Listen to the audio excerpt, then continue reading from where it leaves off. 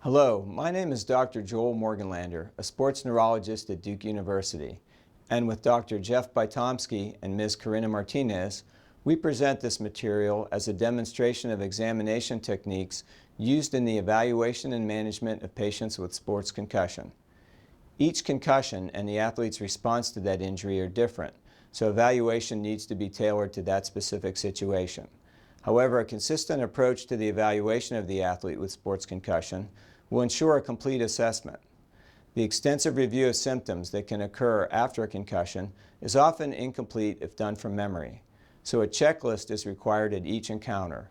The physical examination data is important as a post-concussion data set to compare the athlete to their baseline data and to be used by yourself and other providers during follow-up. A team approach to the care of the athlete with sports concussion is important. Usually, the leader of that team is a sports medicine or neurology provider. Ideally, your team would also consist of certified athletic trainers, physical therapists, and neuropsychologists.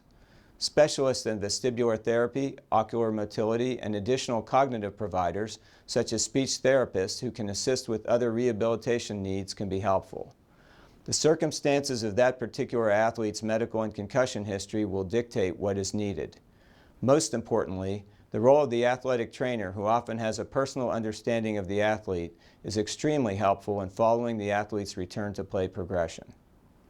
We prefer to characterize the concussion as possible, probable, or definite. A possible concussion occurs when the concussion is not the most likely cause of the clinical presentation. Other possible explanations are identified, such as migraine, dehydration, or viral illness. The presumed traumatic insult was not witnessed or is difficult to describe. You may choose to manage the athlete as having a concussion. A probable concussion is when the most likely cause of the clinical presentation is a concussion. Other explanations exist but are less likely. The traumatic insult was clearly defined and the symptoms are managed due to concussion. A definite concussion occurs when concussion is the only explanation for the clinical presentation and symptoms are managed as due to concussion. Important to the care of the athlete with concussion is review of their past medical history, with special attention to history of past concussions, migraine, learning issues, sleep disorder, psychiatric history, family history of migraine or dementia, and a complete list of medications, including over-the-counter items. Follow-up intervals are determined based on the severity of the symptoms and the needs of the athlete, with clear return to learn and return to play outlines shared with the athlete and the family at the time of the evaluation. Although most of our athletes have learned about concussion and signed an education packet stating that they agree to be open about their symptoms, the concussion provider needs to take the opportunity to re-educate the athlete about their responsibility to honestly report their symptoms and try their best during concussion evaluation testing. We often tailor the rehabilitation process by specific symptom, realizing that some symptoms, such as neck pain, will impact multiple other symptoms such as headache and dizziness. The core clinical evaluation of concussion that will be demonstrated includes the SCAT-3 for athletes 13 years or over. The child SCAT-3 will not be demonstrated. The symptom checklist is very important in order to ask about all the common issues that might be present after a concussion.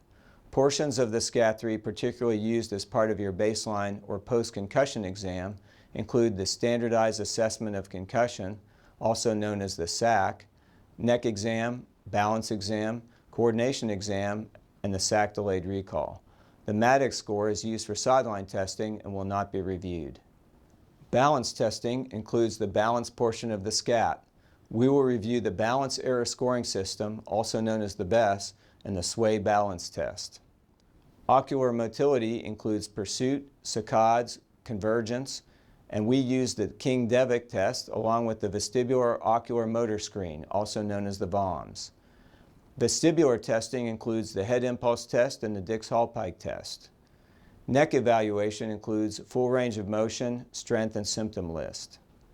Cognitive testing, core testing is part of the SCAT-3. Additional testing can be given as paper and pencil tests or as a computerized cognitive test. A full discussion of the pros and cons of each of these techniques is beyond the scope of this demonstration, but your team should, in concert with the team neuropsychologist, consider performing this testing preseason so you can use it in your return to play progression when the athlete is symptom-free.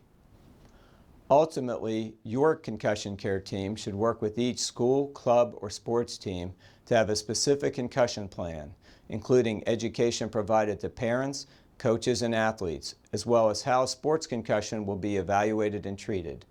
We hope this material will help providers be more comfortable with the clinical evaluation.